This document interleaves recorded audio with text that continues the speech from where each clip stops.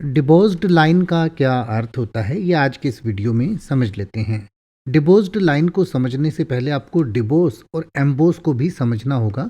DeBose का मतलब होता है कि किसी भी सरफेस की जब हम खुदाई करके या उसको सरफेस को नीचे की तरफ दबाकर उस पर कोई कलाकृति बनाते हैं, कोई आकृति बनाते हैं, कोई नक्काशी करते हैं, तो उसको डिबोस कहते हैं। यानी कि दो तरीके की आकृति बनाई जा सकती हैं एक सरफेस पर।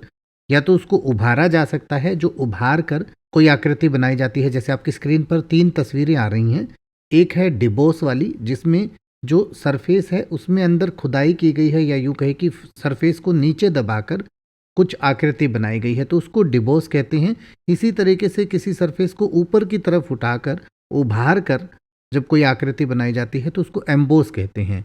तो जो डिबोस है उसी से डिबोस्ड बना है।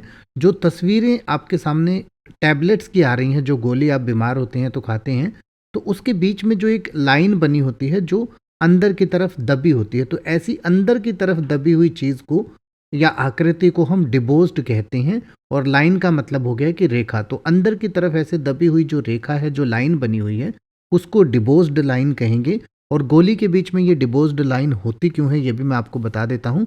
उससे पहले एम्बोज्ड लाइन भी आपको बता देता हूँ। इसी तरीके से जब ये रेखा ऊपर की तरफ उठी हुई हो तो इसको हम एम्बोज्ड लाइन कहेंगे। यानी कि डिबोज्ड मतलब अंदर, मतलब खुदाई करके बनाया गया, और एम्बोज्ड मतलब उभार कर बनाया गया।